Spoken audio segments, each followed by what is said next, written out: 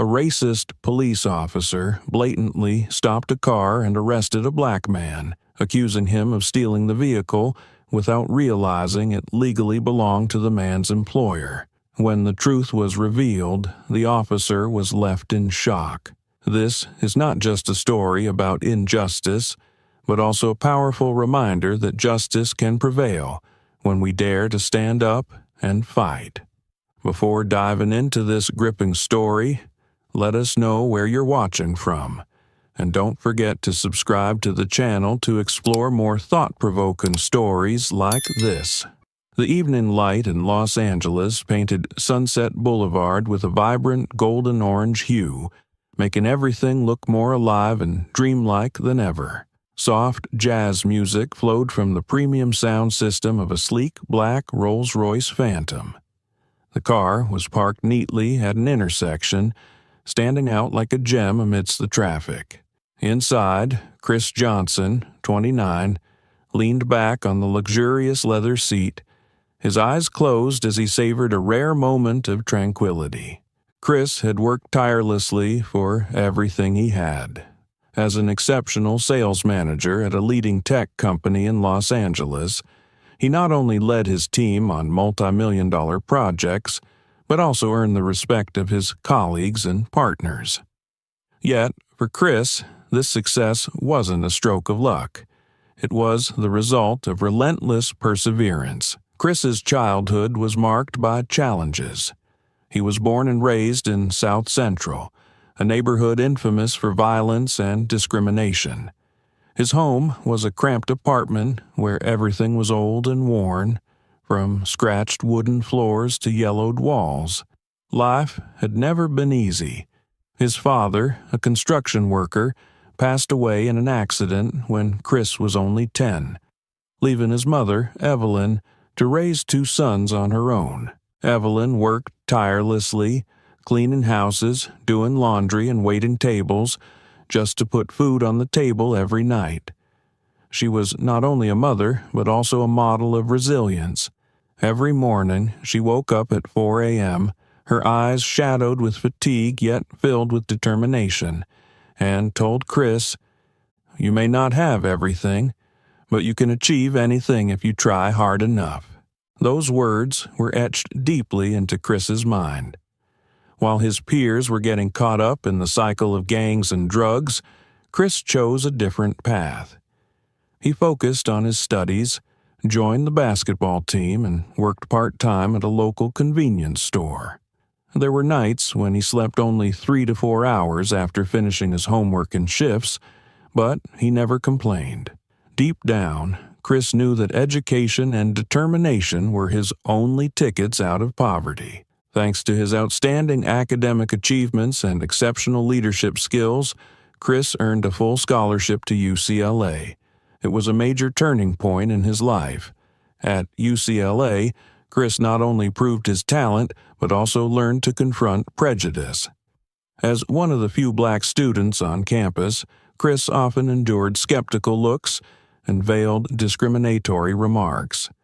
But rather than let them discourage him, he used them as motivation. After graduating, Chris entered the tech industry, a fiercely competitive field. He started at the bottom, a nondescript sales representative, and steadily built his career by surpassing every goal the company set. Chris worked not only hard, but also smartly, building relationships, learning from mentors, and constantly improving himself. Within a few years, he was promoted and became one of the youngest managers at the company. And now, here he was, sitting in a Rolls-Royce Phantom, a testament to his unwavering effort. The car was not just a means of transportation, but also a symbol of his journey against all odds. Chris glanced at the intricately engraved steering wheel logo and smiled faintly, recalling the dreams of his younger self. This car was a reminder that he had overcome every barrier to achieve success. Holding a warm espresso in his hand, Chris took a small sip and scrolled through his playlist, selecting a favorite ballad. Life seemed to have reached the pinnacle he had once dreamed of. But just as he was immersed in his peace, a loud knock on the window snapped him back to reality. Outside the car stood a man in a police uniform, his face cold and eyes filled with suspicion. "Step out of the car immediately!" The officer's sharp voice cut through the serene atmosphere. Chris looked up, frowning at the man through the glass. Little did he know, this moment would mark the beginning of a chain of events that would completely upend his life. Chris rolled down the window, his brows furrowing as he met the cold gaze of Officer Ryan Harper. "Is there a problem, officer?" Chris asked, his voice calm but his eyes guarded. Harper, standing tall with one hand resting near his holstered gun, stared at Chris as if he were a hardened criminal. He didn't answer the question. Instead, he knocked on the car door again, harder this time. "Step out of the car now," Harper ordered, his tone cold and commanding. Chris sensed that something wasn't right. Why was this officer behaving this way without giving any explanation? But before he could ask further, Harper leaned in, his sharp eyes locking onto Chris through the window. "Is this your car? Where are the papers?" he demanded, his tone thick with suspicion. Chris tilted his head slightly, keeping his tone composed. "Yes, this is my car. All the paperwork is legal and right here," he said, gesturing toward the glove compartment. But Harper seemed uninterested, his eyes already forming a conclusion. Ryan Harper was the epitome of a police officer wielding power unchecked by his biases. At 34, he had been in the force for over a decade. During that time, he became known not just for his high number of arrests, but also for his cold demeanor and prejudice-laden behavior. That morning, Harper had attended a department meeting where a colleague complained about the pressure from superiors to increase arrest numbers in the area. "We're being watched. Don't let our team look like we're doing nothing." The colleague's warning echoed in Harper's mind as he patrolled Sunset Boulevard. Feeling cornered, Harper saw anyone who crossed his path as a perfect target. When Harper spotted the Rolls-Royce Phantom, a symbol of wealth, he couldn't help but wonder, how could someone like him afford this car? To Harper, Chris Johnson, with his dark skin and sharp appearance, didn't fit the image of someone who should own such a luxurious vehicle. In Harper's mind, this wasn't just a routine check. It was an opportunity to prove he was doing his job. Harper repeated his demand. "Get out of the car now. Don't make me repeat myself." His voice grew more forceful, loud enough for passers-by to hear. His eyes radiated a challenge. Chris met his gaze, his own steady but calm. "I still haven't been told why I'm being asked to step out of the car, officer," Chris said, his voice clear and firm. He knew he had the right to ask for an explanation, but also understood that the situation could escalate if he wasn't careful. Harper smirked coldly. "Why? Someone like you driving a car like this, that's why," he said, not bothering to hide the disdain in his voice. Harper turned his head to glance around, deliberately drawing attention from pedestrians nearby. A crowd began to gather. A few people discreetly pulled out their phones to record the scene. An older man paused at the curb, frowning at the unfolding events. "What's going on here?" he asked someone nearby, but no one replied.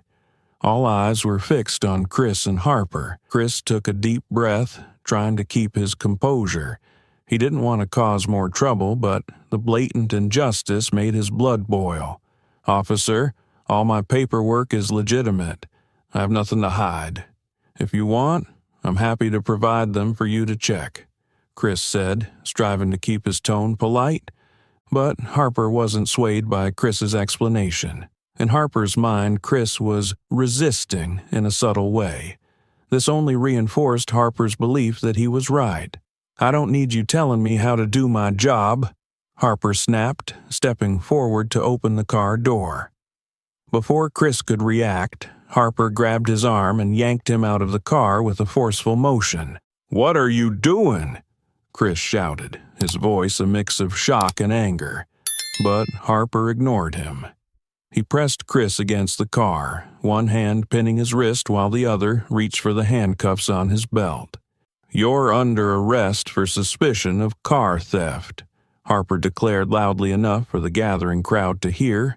A young woman nearby, Jessica Miller, couldn't stay silent any longer. She raised her phone to record the scene and shouted, "Hey, he didn't do anything wrong. This is blatant racial profiling." The surrounding crowd began murmuring. Some shook their heads in disapproval, while others raised their phones to record. But Harper remained unfazed.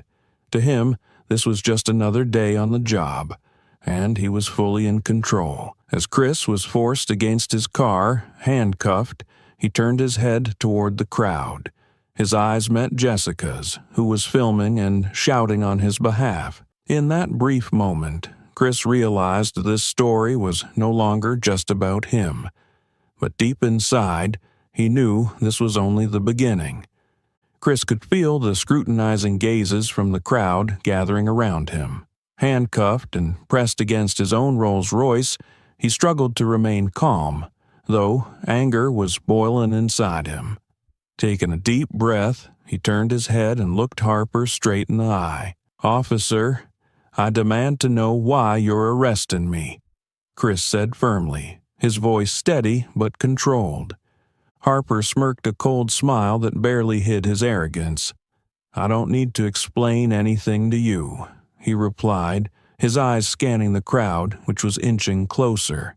Harper was fully aware he was becoming the center of attention, but rather than being intimidated, he felt like he was on stage, completely in control of the situation.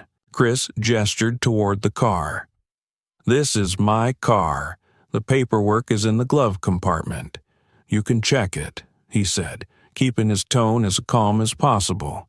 He knew that any sign of frustration could be used against him, but Harper didn't even glance toward the glove compartment Chris mentioned. "Paperwork can be forged," Harper said curtly. "We'll sort this out back at the station." He yanked Chris upright, grabbing his arm as if escorting a dangerous criminal.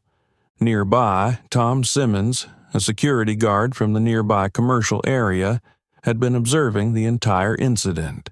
Having often seen Chris park in the area to meet clients, Tom immediately recognized him as a familiar customer. Unable to remain silent, Tom stepped forward, raising his hand as if to calm the situation.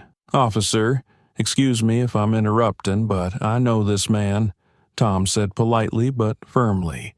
"He comes here often. I can vouch that this car belongs to him." Harper spun around, a flicker of irritation flashing in his eyes. "Are you interfering with police business?" Harper snapped, stepping toward Tom, causing the older man to instinctively step back. Tom held his ground, his voice growing stronger. "I'm not interfering. I'm providing information. If you check the paperwork in the car, you'll see everything is in order." But Tom's words only seemed to agitate Harper further. "Do you want to be arrested for obstructing justice?" Harper said, his hand hovering near a second pair of handcuffs on his belt, a thinly veiled threat. Tom stopped, locking eyes with Harper.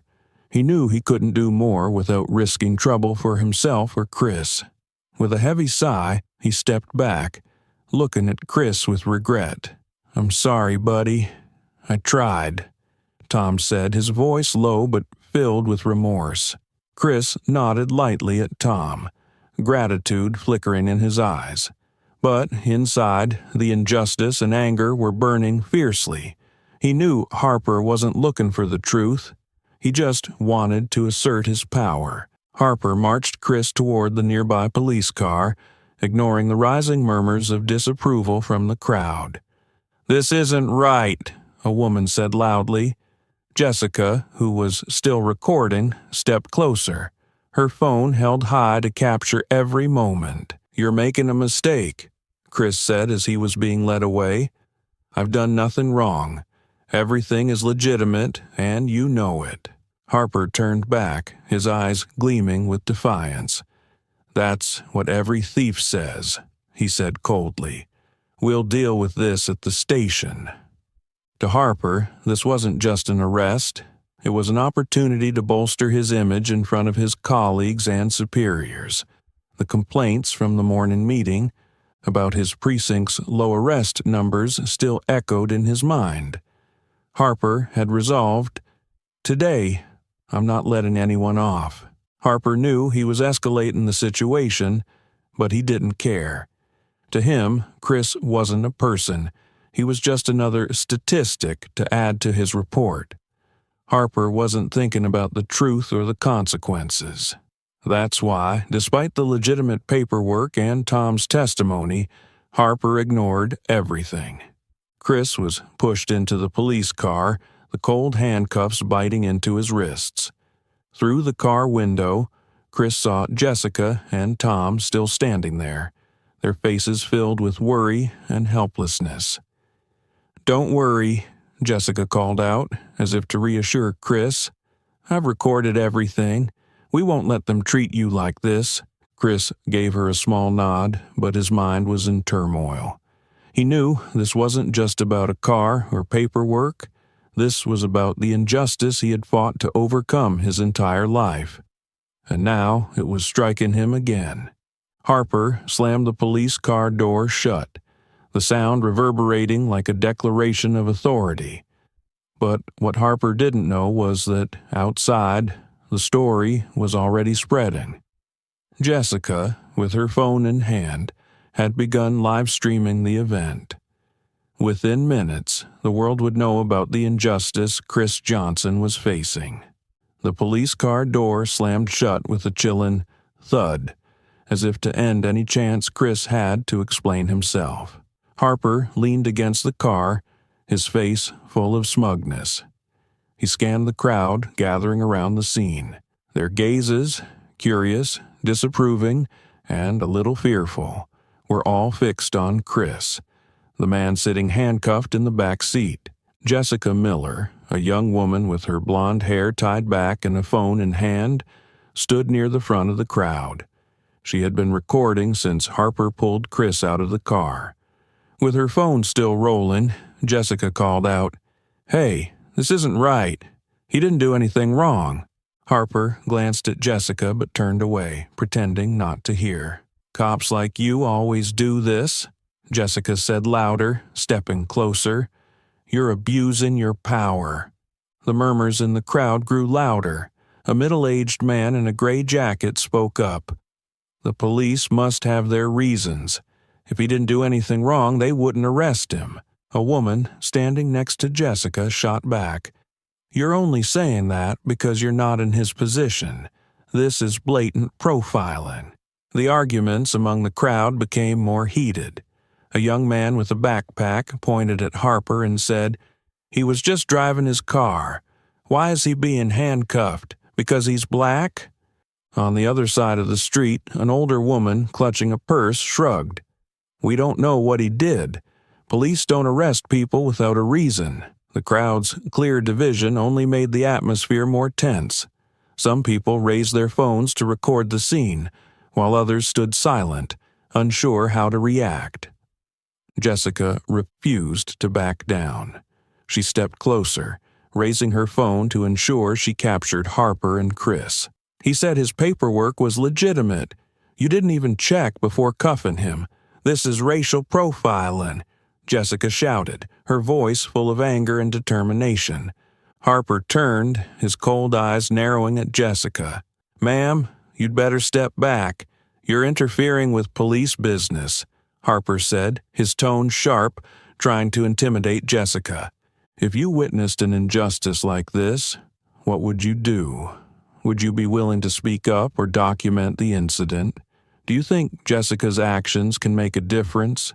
Share your thoughts in the comments below." Jessica didn't back down.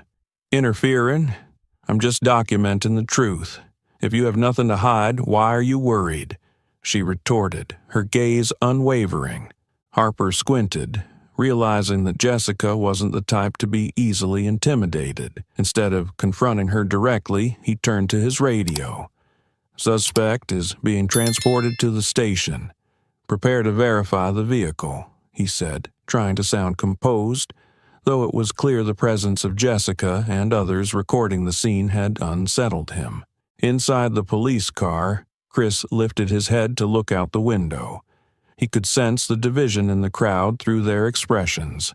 Some looked at him with sympathy, while others appeared critical or merely curious. Chris wondered to himself, if I wasn't driving a Rolls-Royce, would they still think I'm a criminal at first glance? He knew the answer deep down, but the helplessness of the moment made him feel suffocated. Outside, Jessica shouted to the crowd, "Do you all see this? This is exactly what's wrong with our society. This man was simply driving his car, and yet he's being treated like a criminal." The crowd began to respond in unison. "That's right." A few people clapped, while others continued filming. Even the dissenting voices started to fade as people realized the situation was far more complex than they initially thought. Harper could feel the shift in the crowd's mood, and it only made him more determined to assert his authority. Turning back, he raised his voice. "I'm doing my job. If he's innocent, he'll be released after we verify everything. But everyone here needs to understand that no one is above the law." Harper's words rang out as a strong declaration, but in reality they were an attempt to mask the growing unease inside him. He knew the phones pointed at him were a threat. He felt as though he was stepping into an unwinnable battle. Not with Chris, but with the entire community. Chris was driven away, but the murmurs in the crowd didn't stop.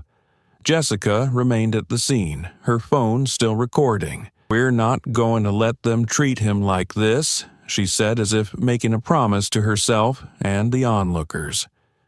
Harper glanced at Jessica one last time before climbing into the police car. He said nothing, but his eyes were filled with irritation. He knew that this story was already beyond his control, yet instead of pausing to reflect, Harper simply tightened his grip on the steering wheel, driving Chris away from the scene, leaving behind an angry crowd and countless phones already spreading the story far and wide.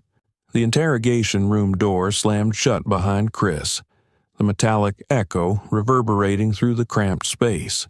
Chris sat on the cold steel chair, feeling its rigidity press into his back. In front of him was a worn-out table, its surface marked with deep scratches, evidence of countless interrogations before him. He took a deep breath, trying to stay calm, though his heart was a storm of anger and helplessness. The door opened again, and Officer Ryan Harper entered. The same smug expression was plastered on his face, but this time his eyes were sharper, as if he intended to overpower Chris with his presence. Harper tossed a stack of Chris's documents onto the table, the papers scattering into a messy pile. "What's this, huh? Trying to fool me with these papers?" Harper sneered, his voice laced with suspicion. Chris stared directly at Harper, unwavering. "Those documents are completely legitimate. You don't need to pretend they aren't valid," Chris replied, his voice firm but still composed. Harper sat down, leaning forward, his gaze locked on Chris. "Don't think I'm that gullible. You're driving a Rolls-Royce, a car even wealthy people rarely own, and I'm supposed to believe you obtained it legally?" Harper let out a bitter laugh, a smirk full of disdain. Outside the interrogation room, Officer Mike Anderson leaned against the hallway wall, arms crossed. Anderson, about 40 years old, had built a reputation as a fair and respected officer. He wasn't the type to seek out trouble, but he also didn't support unjust actions. Through the one-way mirror, Anderson watched Harper push Chris into a corner with his accusations. A sense of unease stirred within him. "I've seen this kind of thing before," he thought. Harper's crossing the line again. Anderson had worked with Harper long enough to know when personal biases were clouding his colleagues' judgment. For Harper, this wasn't about enforcing the law. It was about asserting his power and feeding his ego. Anderson wrestled with whether he should step in. On one hand, he feared being labeled a traitor by his peers, but on the other, he couldn't continue to stand by silently. Inside the room, Harper kept pressing Chris, his words designed to pin him down. "Documents can be forged. Do you think I'm stupid enough to fall for this? Just tell the truth. Where did you get this car?" Chris raised an eyebrow, looking at Harper as though he couldn't believe what he was hearing. "I've already told you. This is my car, and I can prove it.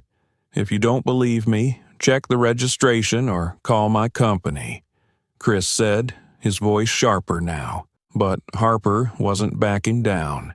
He tapped his fingers on the table, the intermittent sound adding to the tension. "Listen, buddy, we can do this the easy way, or we can do it the hard way. Just admit you stole the car, and this will all be over much faster." Chris let out a dry laugh, his voice dripping with irony. "The hard way? What do you think I'm afraid of? I have nothing to admit because I did nothing wrong. You're the one complicating things here." Harper gritted his teeth, clearly frustrated by Chris's composure.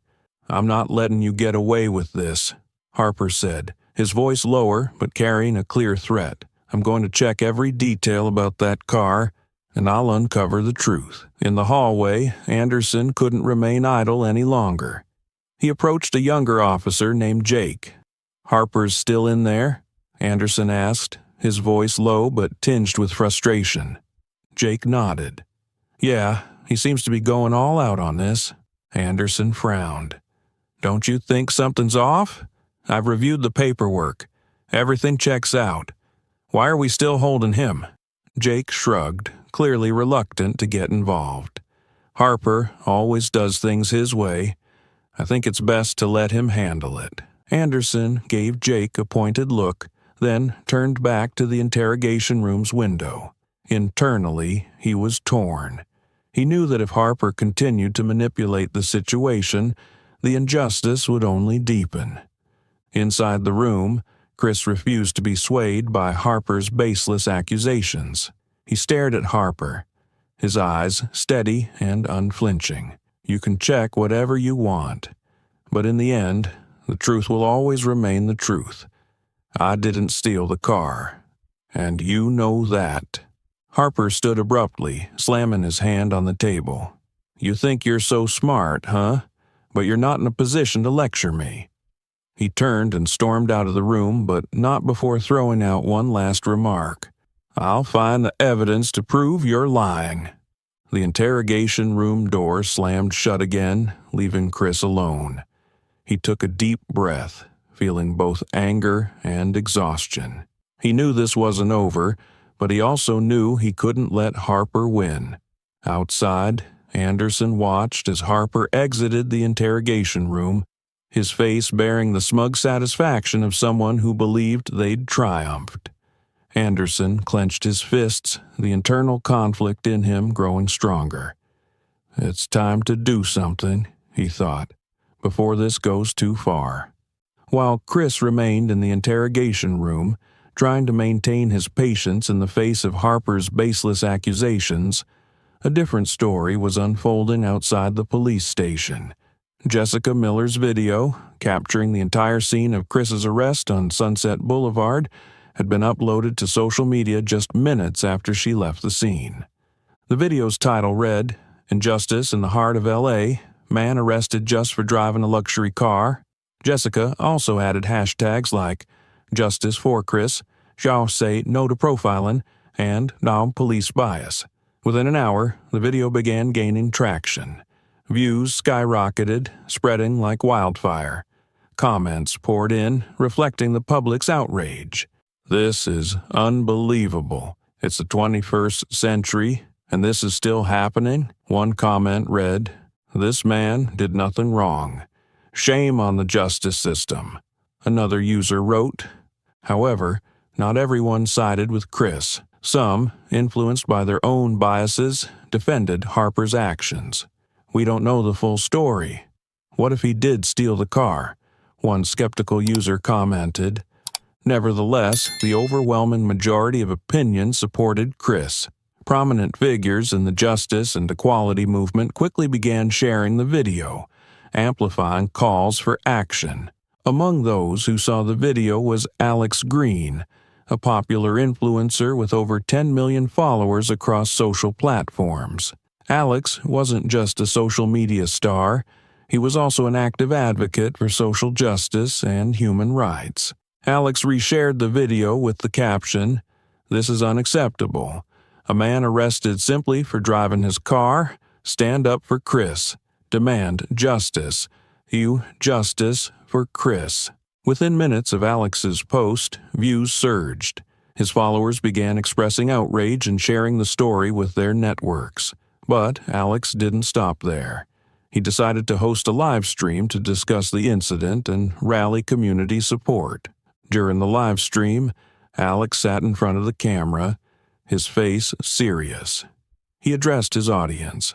"We've just witnessed a textbook example of racial profiling and abuse of power. Chris Johnson, a man simply living his life and driving the car he worked hard to own, was treated like a criminal because of his appearance.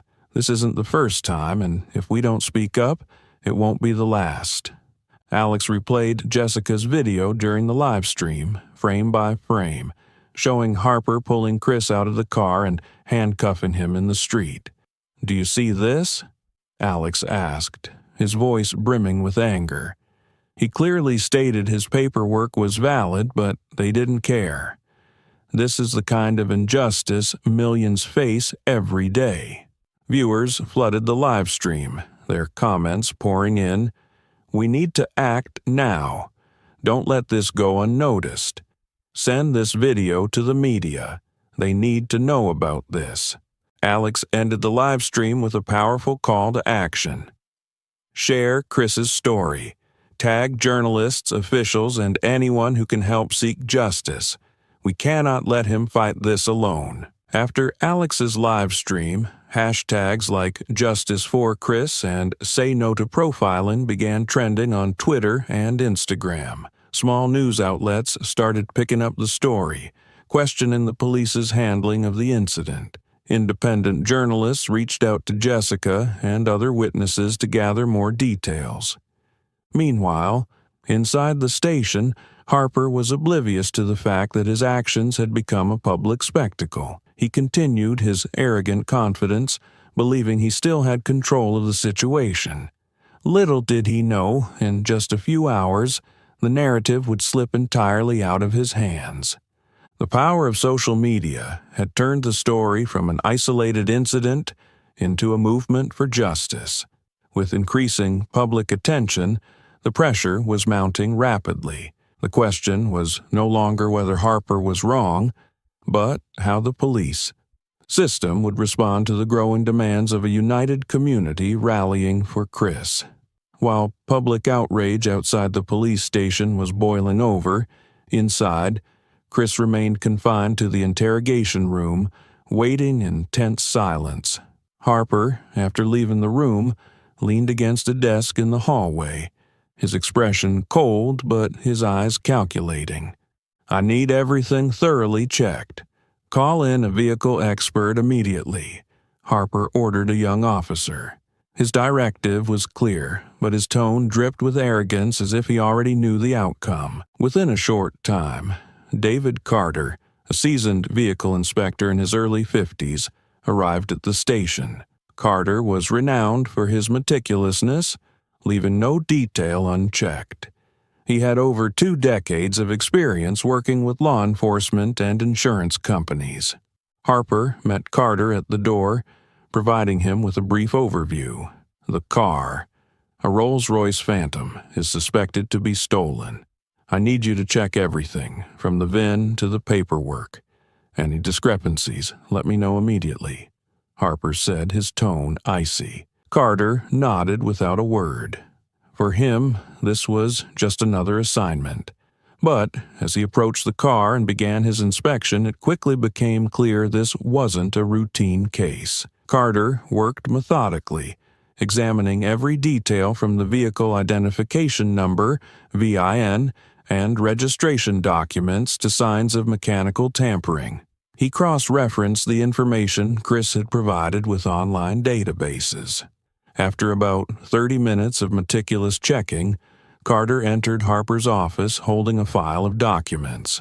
"This car is entirely legitimate," Carter stated, his voice calm but firm. "There's no evidence to suggest it was stolen. The registration is valid, and the VIN matches perfectly with the Department of Motor Vehicles records. I see no issues here." Harper narrowed his eyes, clearly dissatisfied with the response. "Are you sure? There's no possibility the documents were forged?" he pressed, looking for any loophole. Carter shook his head, his gaze unwavering. "I've verified all the documentation and cross-checked it against national databases. These are not forged papers. The car is legally owned by the man being detained in the interrogation room." Harper stood still for a moment, his hand tightening into a fist, though his face remained composed. "Thank you, Carter," he said curtly. "I'll continue my investigation." Carter raised an eyebrow, sensing the deflection in Harper's words. "Investigate what? This case seems quite clear," Carter replied, but Harper didn't respond. He simply nodded and walked out, leaving Carter alone in the room. In the hallway, Officer Mike Anderson had witnessed the entire exchange through the observation window. Standing in a shadowed corner, he watched Harper return to his desk, his expression cold as he tried to mask his frustration. Anderson knew Harper didn't want to accept the results, not because they were inaccurate, but because they dismantled the narrative Harper had constructed. Anderson quietly pulled a small notebook from his pocket and jotted down a few brief notes. "The expert confirms the vehicle is legitimate. No signs of theft." Harper disregards the findings. Anderson had been in the field long enough to know he needed to document evidence if he intended to confront issues like this. He wasn't someone who sought the spotlight, but he also couldn't allow injustice to unfold unchecked. Harper sat at his desk, tapping his fingers nervously on its surface. He knew that releasing Chris now would subject him to tough questions from both colleagues and superiors. But if he continued holding Chris without cause, Harper might find himself in even greater trouble. "We need to run further checks," Harper said to another officer, trying to maintain a professional demeanor. "The paperwork may be valid, but I don't believe it's as simple as it seems." Harper justified his actions to himself. "I'm just doing my job. I need to ensure everything is clear before making a decision." But deep down, Harper knew this wasn't about justice. It was about salvaging his pride. Anderson observed Harper from a distance, his eyes reflecting disappointment. "He won't let this go," Anderson thought. But this time, Anderson resolved not to stand idle. The notes in his hand were the first step in bringing the truth to light, no matter what it might cost his career. Meanwhile, Chris remained wrongfully detained, and outside, the public's fury on social media continued to grow, preparing to unleash a storm Harper could never have anticipated. Outside the police station, the tension grew by the minute. Cars lined both sides of the street as independent journalists and concerned citizens gathered, buzzing with discussions about the case that had ignited social media. Inside, Harper continued to stall, despite all evidence pointing to Chris's innocence. But the delay wouldn't last long, as the station doors swung open with a decisive thud. Harold Thompson, the CEO of Chris's company and the legal owner of the Rolls-Royce, stepped inside. A tall, commanding man in his mid-50s with neatly combed silver hair and a sharp black suit, Harold exuded an aura of authority. Walking beside him was Charlotte Davis, a renowned attorney known for her incisive legal acumen and unwavering grasp of the law.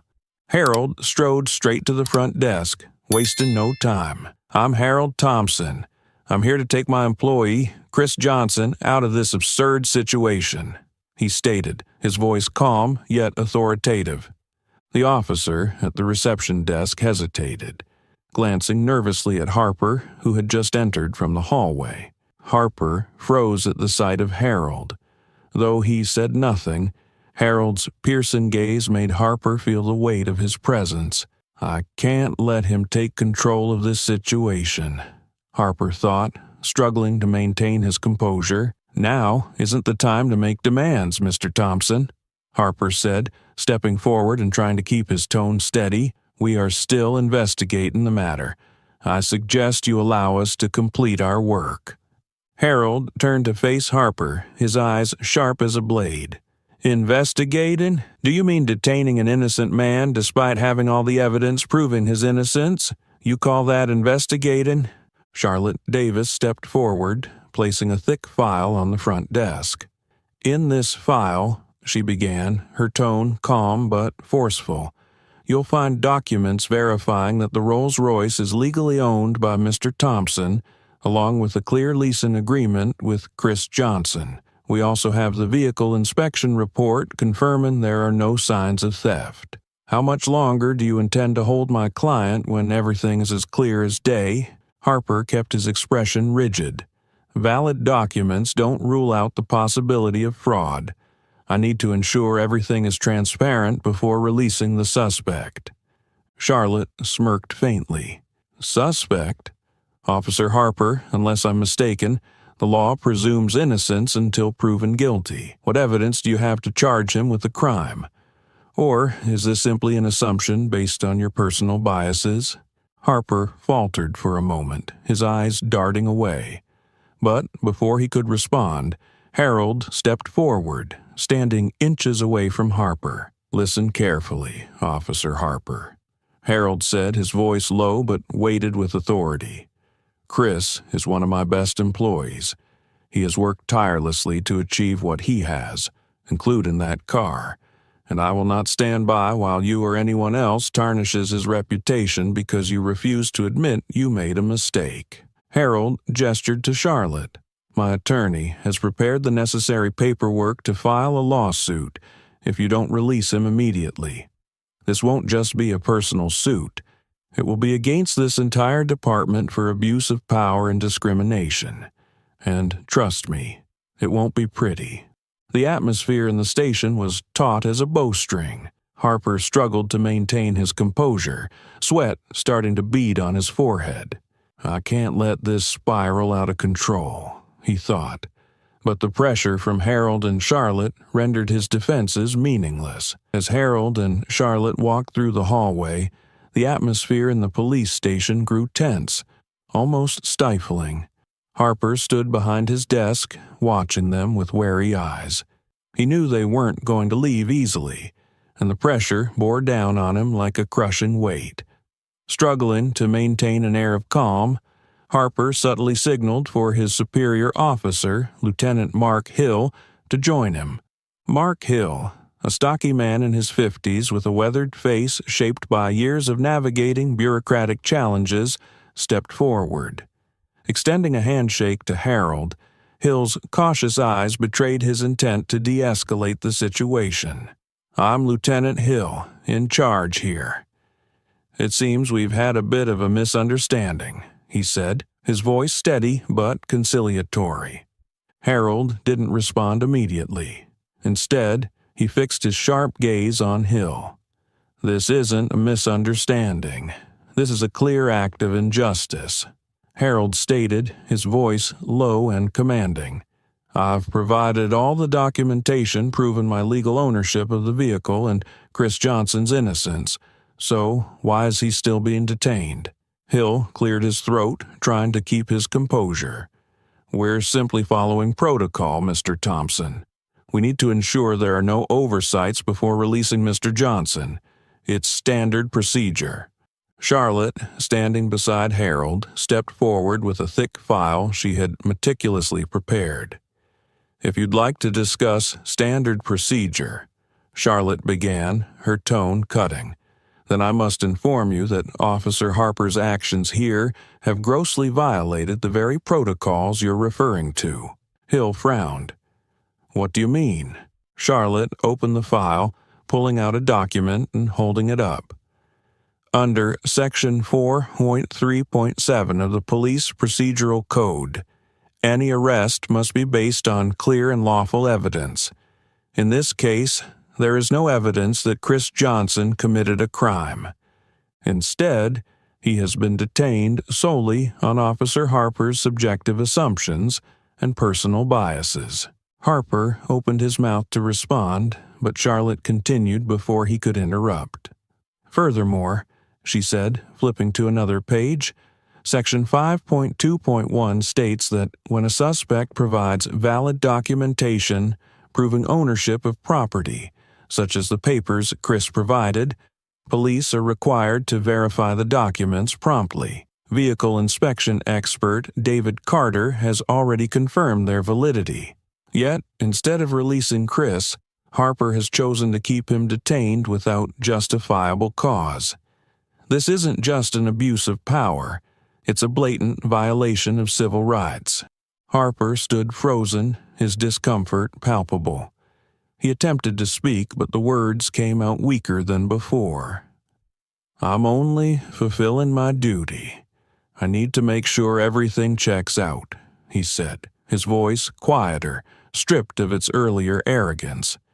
Charlotte locked eyes with Harper, her faint smirk making him visibly uneasy. "Your duty does not include breaking the law, Officer Harper. If you're uncertain, I'd be happy to outline the consequences you'll face if you continue to detain Chris without justification." Harold stepped closer to Hill, his tone turning even graver. "I didn't come here for excuses, Lieutenant Hill. I'm here to ensure justice for my employees. If Chris isn't released immediately, I won't stop filing lawsuits. I'll bring this matter to every major media outlet in the country, and I assure you, your entire department will face overwhelming public scrutiny." Hill, while outwardly composed, was rattled by Harold's words. He turned to Harper, his gaze stern and reproachful. "Harper, do you have anything else to say?" he asked. Harper remained silent, his fists clenched tightly at his sides. He could feel his control over the situation slipping away. Charlotte closed the file with a decisive snap and approached Hill. "Time is running out, Lieutenant. We have no intention of standing here arguing all day. If Chris isn't released right now, we will formally file lawsuits and demand the suspension of everyone involved in this case. The choice is yours." Hill took a deep breath before nodding. "Release Mr. Johnson," he ordered, his voice clipped but betraying his tension. The command was given, and though Harper's dissatisfaction was evident, he had no choice but to comply. Chris was led out of the holding area, his eyes meeting Harold's and Charlotte's with a mix of gratitude and exhaustion. Harold placed a reassuring hand on Chris's shoulder, his voice calm and steady. "You're safe now. We're here to stand by you." Meanwhile, Harper watched from a distance, his expression dark. "They may have won today, but this isn't over," he thought. But deep down, he knew that things were slipping further and further out of his grasp. As the doors of the police station swung open, Chris emerged alongside Harold and Charlotte, only to be met with a barrage of flashing cameras. A crowd of reporters had gathered outside, vying for explanations about the incident that had set social media ablaze. Voices clamored from all directions. "Mr. Thompson, do you have any comments on this situation?" "Chris Johnson, how do you feel about these baseless accusations?" "How will the police department respond to Officer Harper's actions?" Inside the station, Harper stood behind a window, looking out at the chaotic scene. His face darkened as he observed reporters filming, taking notes, and live streaming from the scene. His jaw tightened as he realized the situation had spiraled completely out of control. Lieutenant Mark Hill entered the room, his expression tense. "Harper, I hope you understand the gravity of this situation. The media is turning us into the focal point of public outrage," Hill said, his voice low but pressing. "They're demanding to know why we detained an innocent man, despite having all the evidence to exonerate him." Harper turned away from the window, attempting to compose himself. "We were just following procedure. The media won't understand that." Hill shook his head, unconvinced. "What they'll understand is that we had no valid reason to hold Chris Johnson, and if we don't handle this carefully, this could bring down our entire department." Outside, Jessica Miller stood near a group of reporters. One of them recognized her and rushed forward with a microphone. "Ms. Miller, you were the first to share footage of this incident. Can you elaborate on what happened?" Jessica nodded, her eyes alight with determination. "I witnessed the entire event.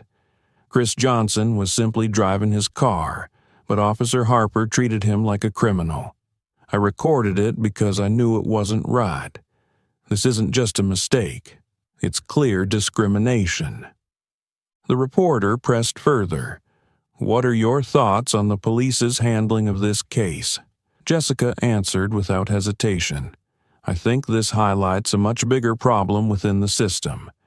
This isn't just about Chris. It's about how we ensure no one else has to face this kind of injustice." Jessica's words quickly went viral as news outlets and social media platforms broadcasted her statements. Within minutes, hashtags like Justice for Chris and Police Accountability climbed to the top of trending lists. Clips of her interview were shared widely, and thousands of people joined the online discussion, expressing outrage at the police's actions. Human rights organizations and prominent activists also began speaking out.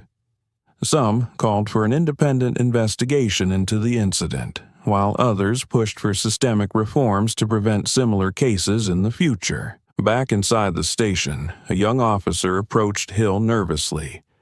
"Lieutenant Hill, the reporters are demanding an official statement. They want to know what we're going to do to address this situation." Hill turned to Harper, his eyes weary and accusatory. "Harper, you've caused this mess. Don't expect me to shield you when this gets worse."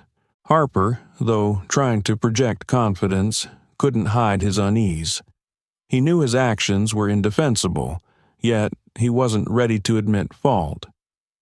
Outside, Harold Thompson addressed the reporters, his demeanor calm, but his words weighty. "I have provided irrefutable evidence that Chris Johnson did nothing wrong. His wrongful detention is a clear example of abuse of power and bias within the system." A reporter asked, "Mr. Thompson, what's your take on the police's handling of this situation?" Harold replied, his gaze fixed on the cameras. "I think they need to be held accountable, and I will not stop until everyone involved in this incident faces appropriate consequences." Harold's statement immediately caught the public's attention. Clips of his address spread across social media, amplifying the pressure on the police department. From his office, Harper watched the scene outside through the window. He felt the mounting weight of public scrutiny. But instead of acknowledging his mistakes, a sliver of defiance remained. "They won't keep winning forever," he thought, though even he knew time was no longer on his side. The atmosphere inside the police station grew increasingly stifling as the pressure from the media outside and the confrontations within reached their peak. Lieutenant. Hill sat in his office, holding the stack of documents that Charlotte had provided. The irrefutable evidence, combined with the public outcry, left him with no other option. He looked up at Harper, who stood tense and visibly stressed in front of his desk. "Harper," Hill began, his voice low but weighted with authority. "I can't shield you anymore. You've crossed the line and placed yourself in this situation. We're suspending you pending an internal investigation." Harper froze, his eyes flashing with anger and frustration. "Lieutenant, I was just doing my job. I don't think a suspension is necessary," Harper argued, attempting to justify his actions. Hill interrupted him. "Doing your job? That's what you tell yourself to excuse your behavior. But the reality is this. You acted based on personal biases and violated protocol. This hasn't just damaged the department's reputation. It has deeply hurt an innocent man." Harper remained silent. His fists clenched tightly, his eyes clouded with anger, but he knew there was no way out. The suspension had been issued, and he had no choice but to accept it. From a corner of the hallway, Officer Mike Anderson observed the entire exchange. A wave of relief washed over him, seeing Chris finally freed, but it was accompanied by a sense of responsibility. Taking a deep breath, Anderson stepped forward to approach Hill, Harold, and Charlotte. "Lieutenant Hill," Anderson began, his voice steady but resolute, "I want to say that I support the decision to suspend Harper. What he did wasn't just a procedural violation, it went against the very values we, as officers, are sworn to uphold." Hill turned to look at Anderson, a flicker of surprise crossing his face. "Anderson, are you sure?" Hill asked, knowing how difficult it was for an officer to speak out against a colleague. Anderson nodded. "I'm sure. If we don't address the internal culture of our department, incidents like this will keep happening. I believe this is an opportunity for us to make a change, not just in this case, but in how we engage with the community." Harper, meanwhile, packed his belongings, preparing to leave with a mixture of disappointment and anger. Outside, Chris stepped into a world that now recognized his story as a spark for a greater fight, a fight for justice and equality. While he knew there was still a long road ahead, with Harold, Charlotte, and a community of supporters by his side, Chris felt confident that he had achieved an important victory. A week after the incident at the police station, Chris Johnson's story had become a national focal point.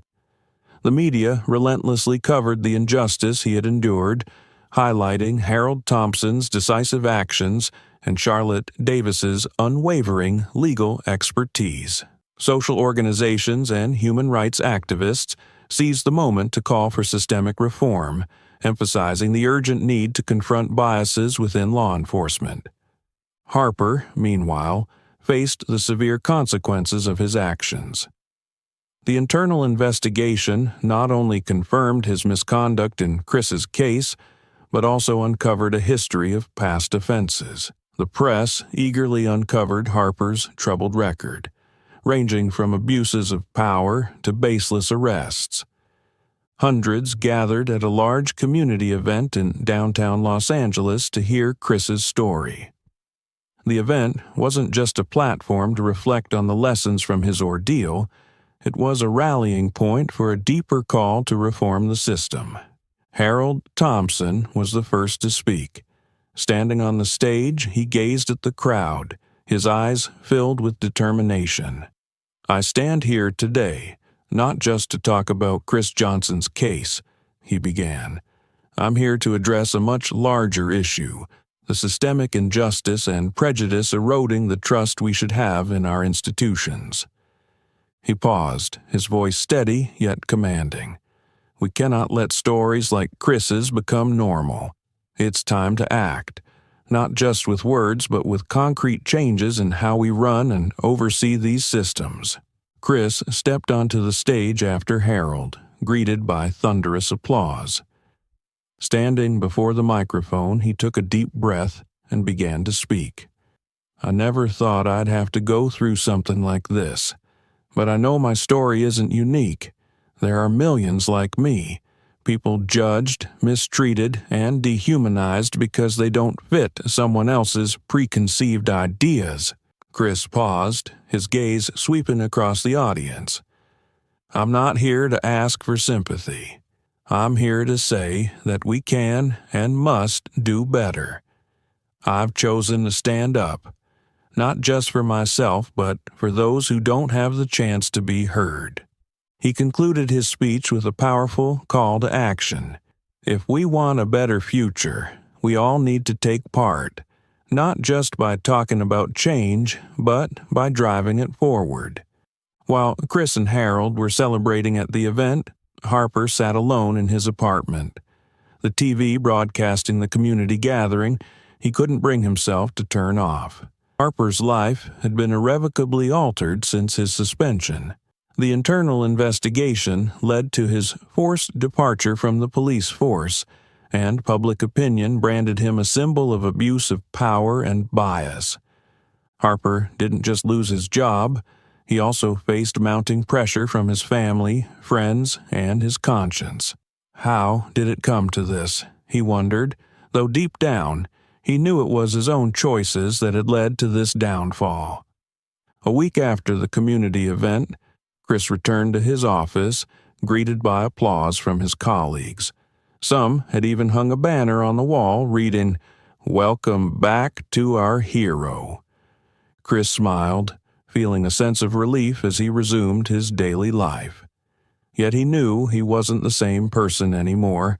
The battle he had endured had transformed him, making him stronger and more determined to stand up for justice and truth. As he sat at his desk, Chris glanced at a photo of himself and Harold taken at the community event. He smiled, feeling pride in having turned his story into a rallying cry. Not just for himself, but for the entire community. Chris's story is not just a personal victory. It is a powerful reminder of the strength of a community united against injustice. It demonstrates that, despite the flaws in the system, courageous individuals like Chris, Harold, Charlotte, and people like Jessica can drive meaningful change. Chris left his office and stepped into the sunlight, his confidence radiant. He knew this fight was only the beginning, but with allies like Harold and Charlotte, he also knew he'd never have to fight alone again. Chris Johnson's story is not just a journey of reclaiming personal justice. It's a powerful reminder that we all share the responsibility to confront injustice and drive change. What are your thoughts on this story? If you've ever witnessed or experienced an unfair situation, how would you act? Share your thoughts in the comments below. We'd love to hear your story. Don't forget to like, share, and subscribe for more inspiring and thought-provoking stories. Together, we can create a fairer world.